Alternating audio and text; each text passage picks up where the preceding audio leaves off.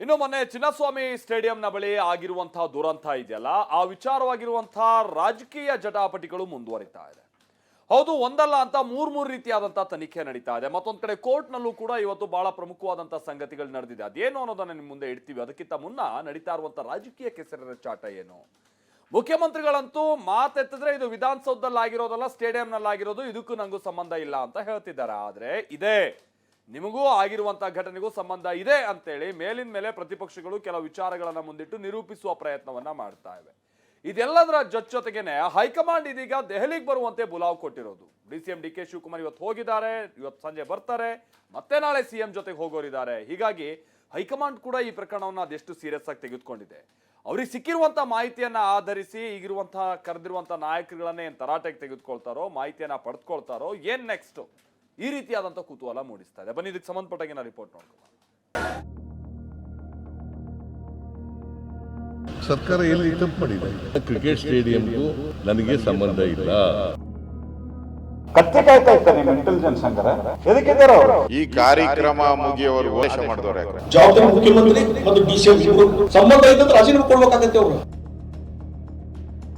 ಅವ್ರೇನೇ tweet ಮಾಡಿದ್ದಾರೆ ಅದೆಲ್ಲ ನಿಮ್ಗೆ ಗೊತ್ತಿದೆಯಲ್ಲ. ಕಡಿಮೆ ಮಾತಾಡೋದು ಬಡವರಮ್ಮ. ಸೊ ಇವತ್ತು ವರ್ಷ ಬದಲಾಗಲ್ಲ. ಬಿಜೆಪಿ ಯೂ ಟರ್ನ್ ಮಾಡೋದ್ರಲ್ಲಿ ಎಕ್ಸ್ಪರ್ಟ್. ಅಂದುಕೊಂಡಿದ್ದೆ ಒಂದು, ಆಗಿದ್ದೆ ಇನ್ನೊಂದು. ಆರ್ಸಿಬಿ ಸಂಭ್ರಮಾಚರಣೆ 11 ಮಂದಿಯ ಬಲಿ ಪಡೆದಿದೆ. ಕ್ರಿಕೆಟ್ ಚರಿತ್ರೆಯಲ್ಲೇ ಕಪ್ಪು ಚುಕ್ಕಿಯಾಗಿದೆ.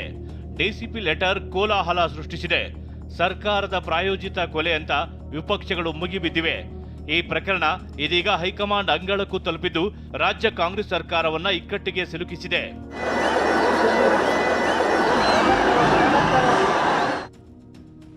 ಕಾಂಗ್ರೆಸ್ ಹೈಕಮಾಂಡ್ ಅಂಗಳಕ್ಕೆ ಕಾಲ್ತುಳಿತ ಪ್ರಕರಣ. ಸಿಎಂ ಡಿಸಿಎಂಗೆ ದಿಲ್ಲಿ ನಾಯಕರ ಬುಲಾವ್, ನಾಳೆ ಸಭೆ. ಚಿನ್ನಸ್ವಾಮಿ ಸ್ಟೇಡಿಯಂ ಬಳಿ ಕಾಲ್ತುಳಿತದಲ್ಲಿ 11 ಆರ್ಸಿಬಿ ಅಭಿಮಾನಿಗಳ ಸಾವು ಸಿಎಂ ಸಿದ್ದರಾಮಯ್ಯಗೆ ಟೆನ್ಷನ್ ತಂದಿಟ್ಟಿದೆ. ವೈಫಲ್ಯಕ್ಕೆ ಕಾರಣವೇನು, ಹೊಣೆ ಯಾರು ಅನ್ನೋದರ ಬಗ್ಗೆ ಮೀಟಿಂಗ್ ಮೇಲೆ ಮೀಟಿಂಗ್ ಮಾಡ್ತಿದ್ದಾರೆ. ಆದ್ರೆ ಈಗ ಈ ವಿಚಾರ ಕಾಂಗ್ರೆಸ್ ಹೈಕಮಾಂಡ್ ಅಂಗಳಕ್ಕೂ ತಲುಪಿದೆ. ರಾಷ್ಟ್ರ ಮಟ್ಟದಲ್ಲಿ ಈ ಪ್ರಕರಣ ಸದ್ದು ಮಾಡ್ತಿರೋದ್ರಿಂದ ಹೈಕಮಾಂಡ್ ಇದನ್ನ ಸೀರಿಯಸ್ ಆಗಿ ಪರಿಗಣಿಸಿದೆ. ಹೀಗಾಗಿ ದೆಹಲಿಗೆ ಬರುವಂತೆ ಸಿಎಂ ಸಿದ್ದರಾಮಯ್ಯ ಡಿಸಿಎಂಗೆ ರಾಹುಲ್ ಗಾಂಧಿ ಬುಲಾವ್ ಕೊಟ್ಟಿದ್ದಾರೆ.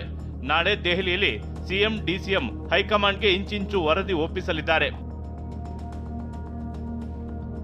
ಎಲ್ಲೋ ಒಂದು ಕಡೆ ಸರ್ಕಾರದ ಮಟ್ಟದಲ್ಲೇ ಲೋಪವಾಗಿದೆ ಎಂಬ ಆರೋಪ ಕೇಳಿಬಂದಿದೆ.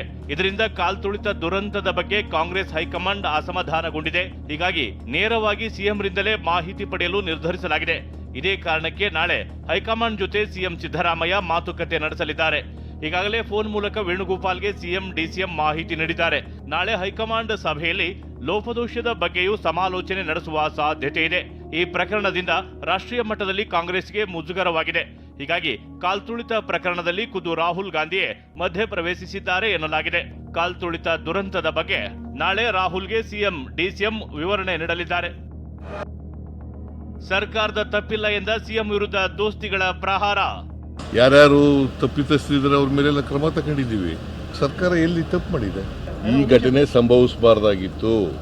ಎಲ್ಲಿ ಸಂಭವಿಸಿರೋದು? ಕ್ರಿಕೆಟ್ ಸ್ಟೇಡಿಯಂ ಹತ್ರ.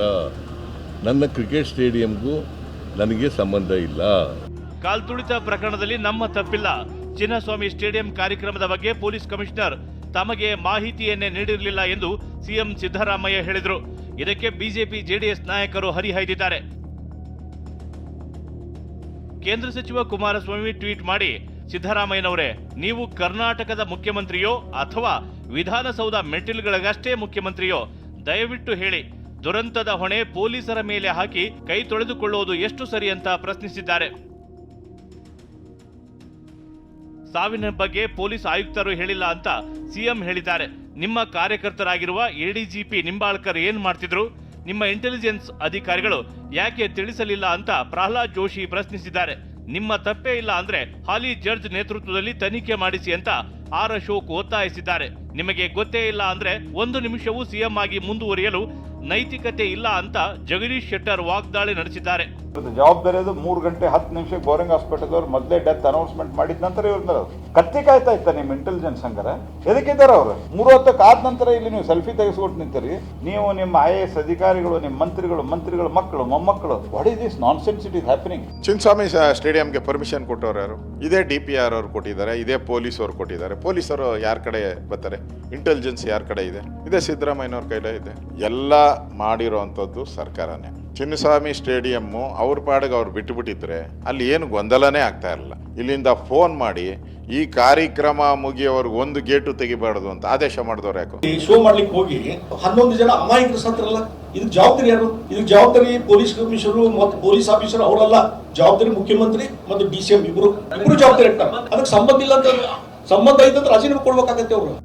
ಸಿಎಂ ಹೇಳಿಕೆಯನ್ನ ಸಮರ್ಥಿಸಿಕೊಂಡಿರುವ ಕೈ ನಾಯಕರು ಬಿಜೆಪಿ ನಾಯಕರ ಆರೋಪಗಳಿಗೆ ಕೌಂಟರ್ ಕೊಟ್ಟಿದ್ದಾರೆ. ಅವ್ರು ಏನೇ ಟ್ವೀಟ್ ಮಾಡಿದ್ದಾರೆ ಅದೆಲ್ಲ ನಿಮ್ಗೆ ಗೊತ್ತಿದೆಯಲ್ಲ. ಸೊ ನಾನು ಈಗ ಕಮಿಷನ್ ಶುರು ಆಗಿದೆ, ಕಡಿಮೆ ಮಾತಾಡೋದು ಬಹಳ ಉತ್ತಮ. ಅವ್ರು ಬಿಡಿ, ಅವ್ರಿಗೇನು ಏನ್ ಬೇಕಾದ್ರೂ ಅವ್ರು ಮಾತಾಡ್ಬೋದು. ಅವರ ನಾಯಕರುಗಳು ಮೆರವಣಿಗೆಗೆ ಅವಕಾಶ ಕೊಡಬೇಕು.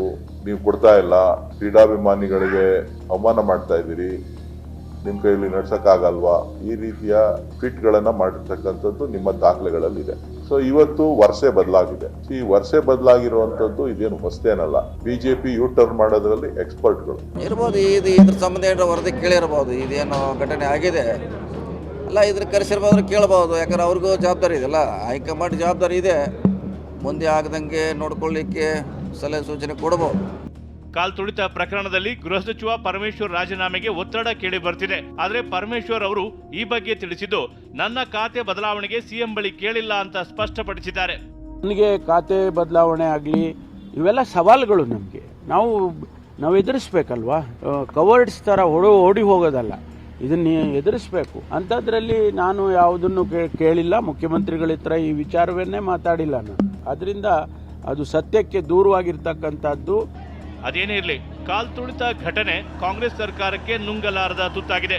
ಈ ಪ್ರಕರಣದಲ್ಲಿ ಇನ್ನು ಯಾರ್ಯಾರ ತಲೆದಂಡವಾಗುತ್ತೋ ಗೊತ್ತಿಲ್ಲ. Bureau report, TV9.